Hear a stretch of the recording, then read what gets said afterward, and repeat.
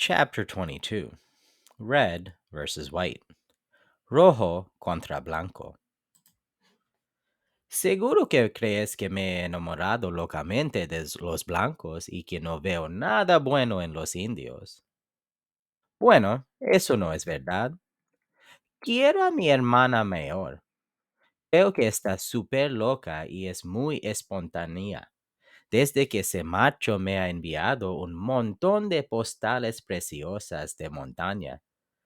Paisajes hermosos y indios hermosos, bisontes, ríos, insectos gigantes, unas postelas preciosas. She still can't find a job, and she's still living in that crappy little trailer, but she's happy and working hard on her book. She made a New Year's resolution to finish her book by summertime. Her book is about hope, I guess. I think she wants me to share in her romance. I love her for that. And I love my mother and father and my grandma.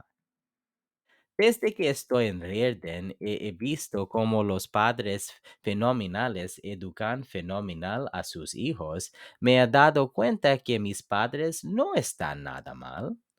Sí, mi padre tiene un problema con la bebida y mi madre puede ser un poco extravagante, pero hacen sacrificios por mí.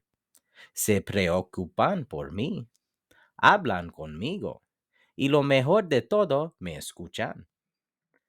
He aprendido que lo peor que puede hacer un padre es ignorar a sus hijos. Y te aseguro que hay muchos chavales de Riordan a los que sus padres ignoran. There are white parents, especially fathers, who never come to the school. They don't come for their kids' games, concerts, plays, or carnivals.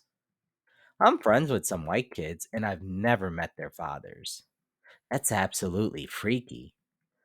On the res, you know every kid's father, mother, grandparents, dog, cat, and shoe size. I mean, yeah, Indians are screwed up, but we're really close to each other. We know each other. Everybody knows everybody. Pero aunque Riordan es un pueblo diminuto, la gente a veces no se conoce. He aprendido que a los blancos, sobre todo a los padres, se les dé bien ocultarse a la vista de todos. Sí, vale, mi padre a veces se va a beber por ahí y está fuera una semana, pero esos padres blancos pueden desaparecer completamente sin salir nunca del salón. Pueden fundirse con sus sillas. Se convierten en sus sillas. Así que bueno, no estoy tan embobado con los blancos, ¿vale?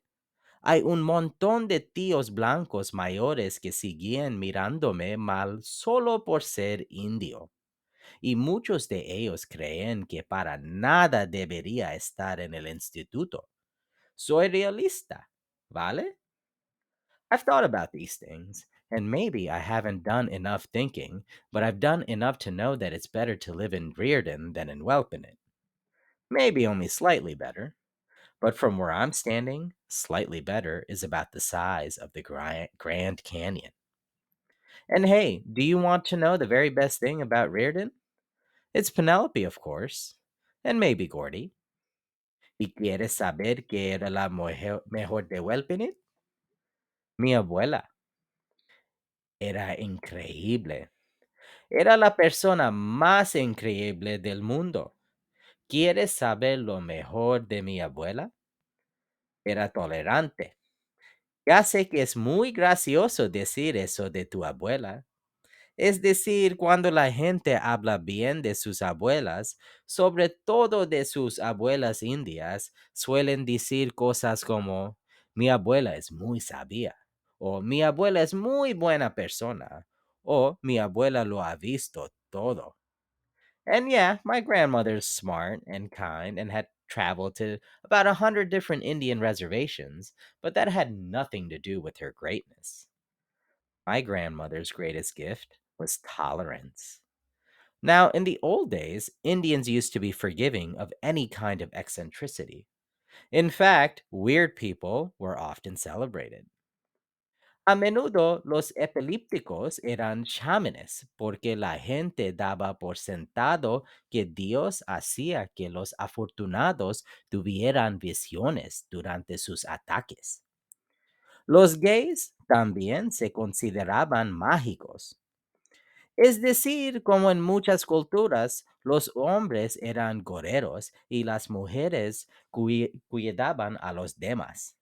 Pero los gays, al ser a la vez masculinos y femeninos, eran goreros y al mismo tiempo cuidaban a los demás. Los gays podían hacer de todo. Eran como navajas suizas. My grandmother had no use for all the gay bashing and homophobia in the world, especially among other Indians. Geesh, she said. Who cares if a man wants to marry another man? All I want to know is who's going to pick up all the dirty socks. And of course, ever since white people showed up and brought along their Christianity and their fears of eccentricity, Indians have gradually lost all of their tolerance. Indians can be just as judgmental and hateful as any white person. Pero mi abuela, no. Ella seguía afrentándose al antiguo espíritu indio. ¿Entiendes?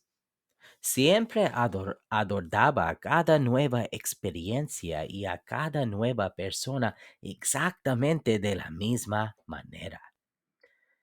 Siempre que íbamos a Spokane, mi abuela hablaba con cualquiera, hasta con los sin techo que hablaban con gente invisible. Mi abuela también se ponía a hablar con la gente invisible. Why would she do that? Well, she said, how can I be sure there aren't invisible people in the world? Scientists didn't believe in the mountain gorilla for hundreds of years. And now look. So if scientists can be wrong, then all of us can be wrong. I mean, what if all those invisible people are scientists? Think about that one. So I thought about that one. Cuando decidí ir a Riordan, me sentía como un gorila de montaña científico invisible. Mi abuela era la única que pensaba que era una buena idea al 100%. Piensa en toda la gente que vas a conocer. Dijo, eso es todo lo que importa en la vida, ¿sabes? Conocer gente. Ojalá pudiera ir contigo, es una idea muy emocionante.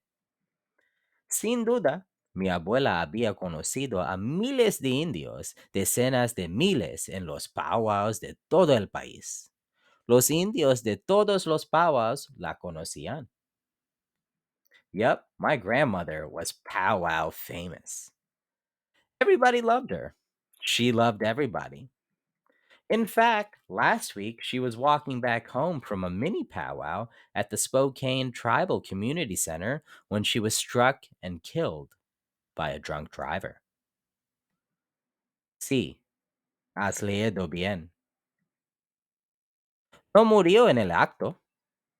Los enfermeros de la ambulancia de la reserva la mantuvieron viva el tiempo suficiente para llegar al hospital de Spokane, pero murió mientras la operaban de urgencia. Lesiones internas generalizadas. En el hospital mi madre se lamentaba y lloraba. Había perdido a su madre. Cuando alguien tenga la edad que tenga, pierde a un padre, creo que duele igual que si solo tuviera 5 años, ¿sabes? Creo que todos tenemos siempre 5 años en presencia o ausencia de nuestros padres. My father was all quiet and serious with the surgeon, a big and handsome white guy. Did she say anything before she died? He asked. Yes, the surgeon said. She said, forgive him. Forgive him? My father asked. I think she was referring to the drunk driver who killed her. Wow. My grandmother's last act on earth was a call for forgiveness, love, and tolerance. She wanted us to forgive Gerald, The dumbass Spokane Indian alcoholic who ran her over and killed her. Creo que mi padre quería ir a buscar a Harold y darle un paliza de muerte. Creo que mi madre le habría ayudado. Creo que yo también le habría ayudado.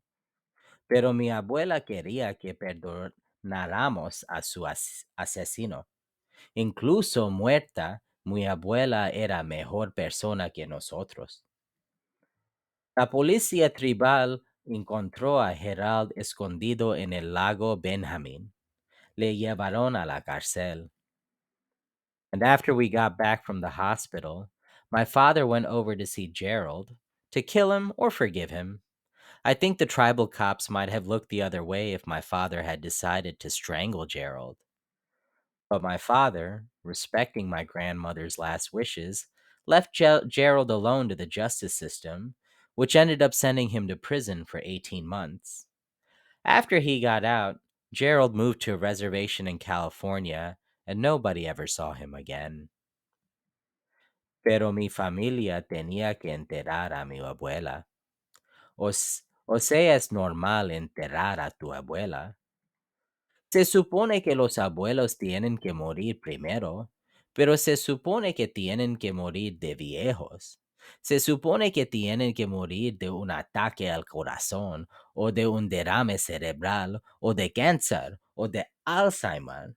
Se supone que no tienen que morir atropellados por un conductor borracho.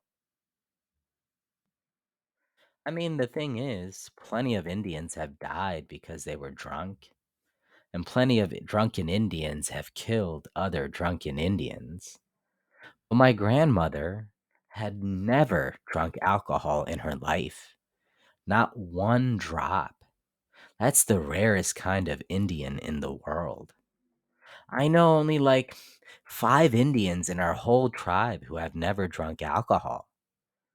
Y mi abuela era uno de ellos.